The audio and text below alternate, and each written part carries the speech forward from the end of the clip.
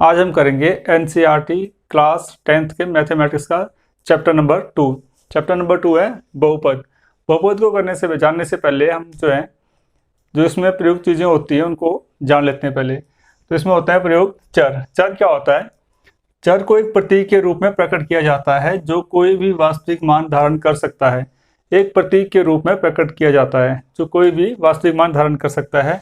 जैसे कि मान लीजिए हम लेते हैं x, y, z या a, b, c या क, ख, ग, कुछ भी हो सकता है जो वास्तविक मान धारण कर सकता है, उसे हम चर कहते हैं। फिर आता है हमारा अचर। अचर क्या होता है? एक दी हुई संख्या में अचर के मान में कोई परिवर्तन नहीं होता है। जैसे हम लिखते हैं, मान लिया 5x + 7x या 8x, तो ये जो 5 है और 7 है और जो 8 है, इसके मान में कोई परिवर्तन नहीं होगा, ये 5 5 ही रहेगा, ये चेंज नहीं होगा, तो इसे हम कहते हैं अचर। फिर आया बहुपद। किसे कहते हैं हम? चर अचर के गुणांक तथा ऋणोत्तर घातांक के, मतलब ऋण शून्य नेगेटिव नहीं होने चाहिए वो जो घातांक है, के प्लस माइनस गुणा भाग वाले बीजगणितीय व्यंजक को बहुपद कहते हैं।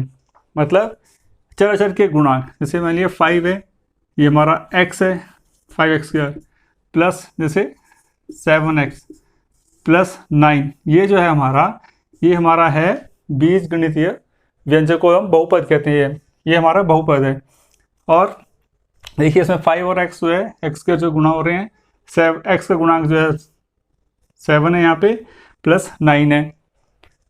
अब आया बहुपद की घात। बहुपद की घात क्या होती है?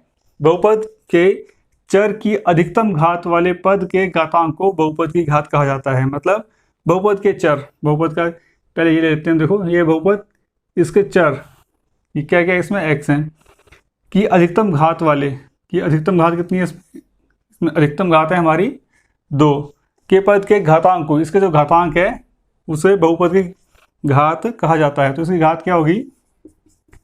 इसकी घात है हमारी 2। हम एक और लिखते हैं, 8x की 7 प्लस 7x की 5 प्लस 3x प्लस 100 है मान लीजिए। तो चर की जो अधिकतम घात है वो कितनी है? यहाँ पे इसकी घात है 7, इसकी है 5, इसकी है 1, इसकी है 0, तो ये घात कितनी है हमारी? अधिकतम घात 7। तो इस बहुपद की घात कितनी होगी हमारी? इस बहुपद की घात है हमारी 7।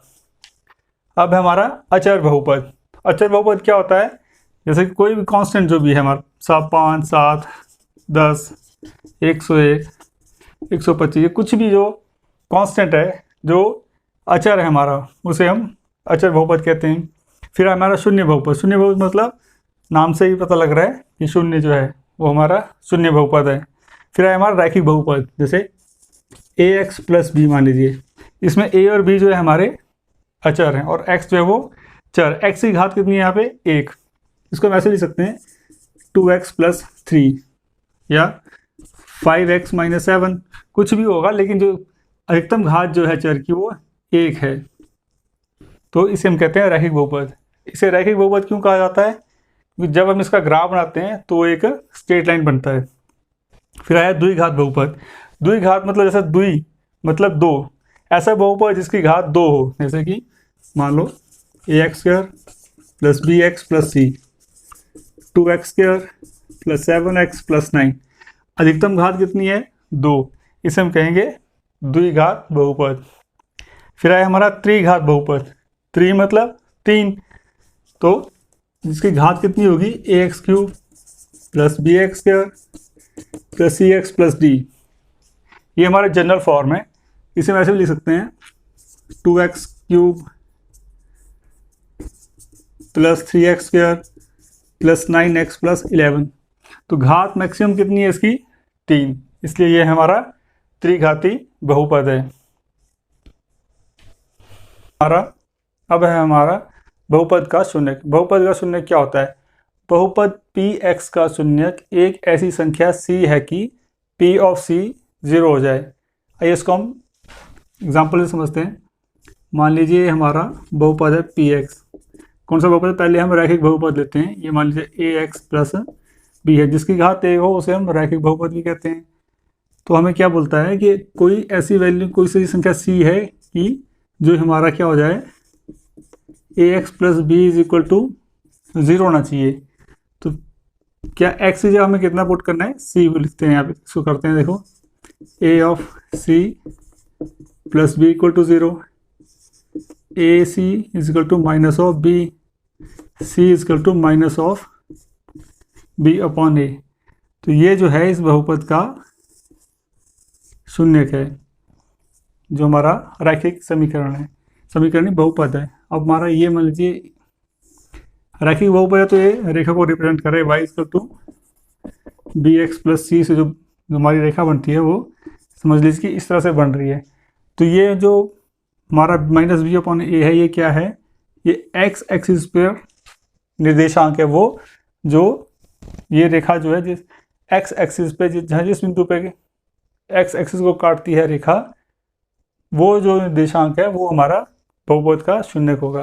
अब हम लेते हैं द्विघात बहुपद, कैसा, p x is equal to a x square plus b x plus c, ये हमारा द्विघात बहुपद है। माना इसके जो शून्यक हैं वो है हमारे अल्फा और बीटा, इसके शून्यक हैं। अब क्या होगा, x माइनस अल्फा और x माइनस बीटा जो है बहुपद के गुणनखंड होंगे।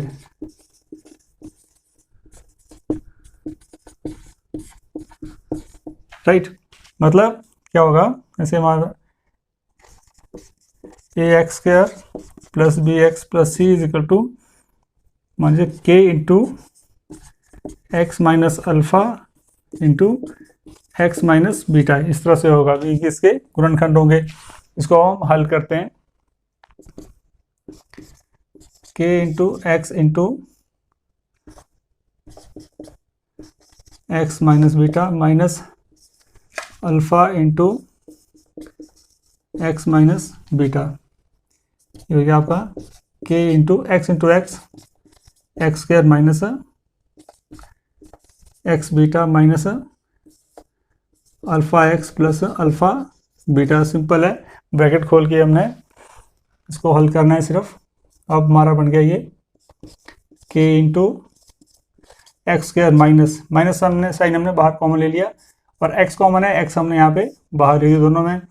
अब ये क्या है, माइनस बाहर लिया तो यहाँ बचेगा प्लस बीटा, माइनस बाहर लिया तो यहाँ बचेगा प्लस का alpha plus alpha beta. Right, अब हमारा बचेगा के into x square minus alpha plus beta लिखो या बीटा प्लस अल्फा सेम ही जाता है, 2 जमा 3 बराबर है 5 होता है, और 3 जमा 2 भी 5 ही होता है, into x plus alpha beta. अब हमने क्या करना है, राइट साइड की जो इसको एक बार अभी और के को हम अंदर ले जाते हैं, ये बन जाएगा हमारा के एक्स स्क्वायर माइनस के into alpha plus beta into x plus के इंटू अल्फा बीटा। अब हमने राइट साइड को लेफ्ट हैंड से कंपेयर करना है। देखिए यहाँ एक्स स्क्वायर है, एक्स स्क्वायर यहाँ के है, एक्स स्क्वायर के साथ यहाँ पे है ए, तो इसको आगे कर लेते हैं, के बराबर है हमारा क्या हो गया ए।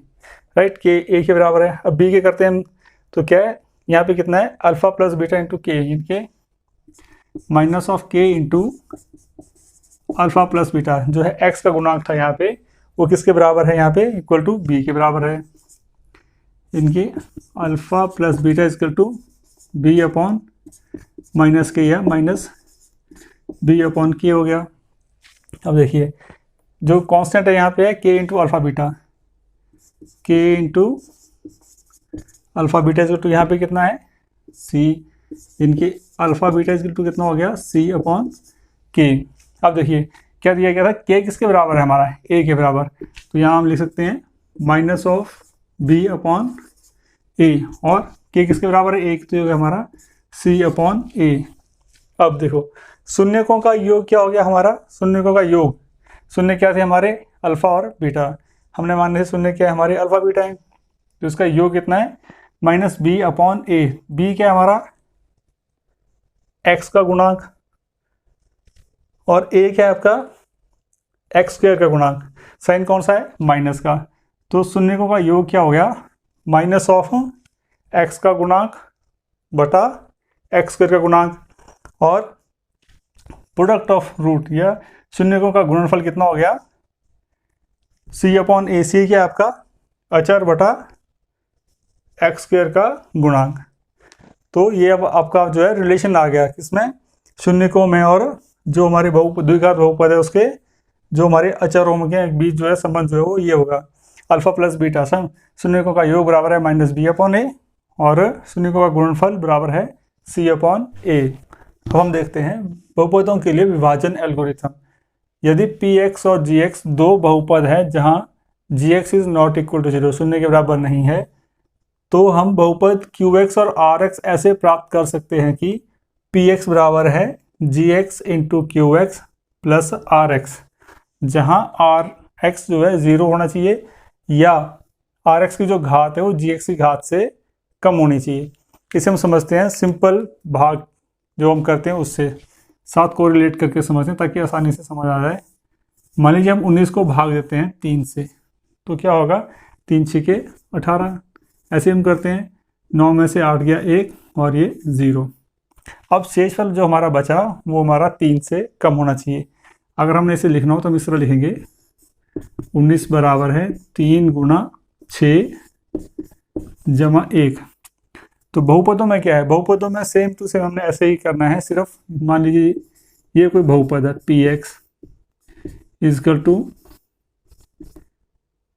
जी x into Q x plus are X, ये भी हमारे अचर बहुपद ही हैं। तो इससे इस तरह से समझा जा सकता है, देखिए अब पी एक्स बराबर है g x into Q x plus are x, p x बराबर है g x into Q x plus are x. R x की जो घात है वो जी एक्स की घात से कम होनी चाहिए, जो हमारा शेष बचता है वो हमारा क्या होना चाहिए, जिससे हम भाग कर रहे हैं उसकी घात से कम आना चाहिए। सिंपल है ये, इस तरह से इसको कोरिलेट करके समझा जा सकता है, क्योंकि यहाँ पे भी जो हमारा शेष आता था वो 0 या 0 से ज़्यादा होना चाहिए, लेकिन जिससे हम भाग कर रहे हैं उससे कम आना चाहिए। आइए इसे हम करते हैं एक एग्जाम्पल द्वारा। यहाँ पे हम पी एक्स लेते हैं, यह हमारा इसे देते हैं क्या minus of x 3x square minus x cube minus 3x plus 5, और जो जी एक्स लिया है हमने ये लेते हैं, मान लीजिए x minus 1 minus x square. ठीक है, अब हमने क्या करना है, जी एक्स से भाग देना है पी एक्स को। तो पहले लिखते हैं सबसे बड़ी घात वाला संख्या minus of x cube plus 3x square आएगा, फिर माइनस 3x और प्लस 5। भाग करना है हमने किससे, जी एक्स से। जी एक्स कितना है आपका, इसमें जैसे करेंगे पहले माइनस ऑफ एक्स स्क्वायर फिर प्लस एक्स माइनस 1। अब देखिए यहाँ घात है 3, साइन है माइनस का, तो इसको मल्टीप्लाई करना पड़ेगा एक्स से, क्योंकि एक्स इंटू एक्स के बराबर एक्स की घात 3, इनके माइनस ऑफ एक्स की घात 3 minus x square into x बराबर है माइनस एक्स क्यूब, और x into x plus x square, और x into minus 1 minus of x. ये आपका गया प्लस, ये हो गया माइनस, ये हो गया प्लस, ये गया कट, और 3 में से एक गया 2x की घात 2, और ये माइनस ऑफ 3 में से एक गया 2x प्लस 5। अब कितना है 2x की घात 2। हमारा क्या साइन है यहाँ पे हमारा साइन है माइनस का, यहाँ है प्लस का, और यहाँ कांस्टेंट कितना है, जो हमारा अचर है वो 2 है। तो पहले हम लिखेंगे यहाँ पे 2, साइन किस चीज़ का है, यहाँ माइनस का, यहाँ प्लस का, तो इससे मल्टीप्लाई करना पड़ेगा -2 से। -2 इंटू एक्स बराबर है -2 इंटू एक्स क्या हो जाएगा +2 x square, -2 into x -2x, और -2 इंटू -1 इनके +2 आ जाएगा हमारा। अगेन माइनस करेंगे, ये प्लस होगा, साइन जो इनके चेंज हो जाएंगे, ये कट गया, ये भी हमारा कट गया, 5 में से 2 हो गया, हमारा रह गया 3।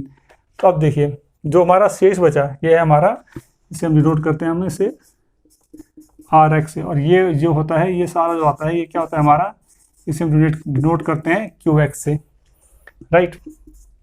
तो अब देखिए हम क्या है, minus of x cube plus 3x² minus 3x plus 5 को हम लिख सकते हैं माइनस ऑफ x² है, देखिए यहाँ x² plus x minus 1 into G x into R X into x minus 2 plus Q x और ये नीचे हमारा आर एक्स कितना है हमारा 3। तो इस तरह से हम जो है विभाजन एल्गोरिथम जो है जो अपने हमारे जो है बहुपदों का करेंगे। सेम टू सेम वैसे ही जैसे हम नंबर्स का करते हैं, सिर्फ अब नंबर्स की जगह क्या है, बहुपद है। नंबर्स भी हमारे अचर बहुपद ही होते हैं। तो इस तरह से हम इसको करेंगे। अब हम करेंगे इसके बाद नेक्स्ट वीडियो में क्वेश्चंस।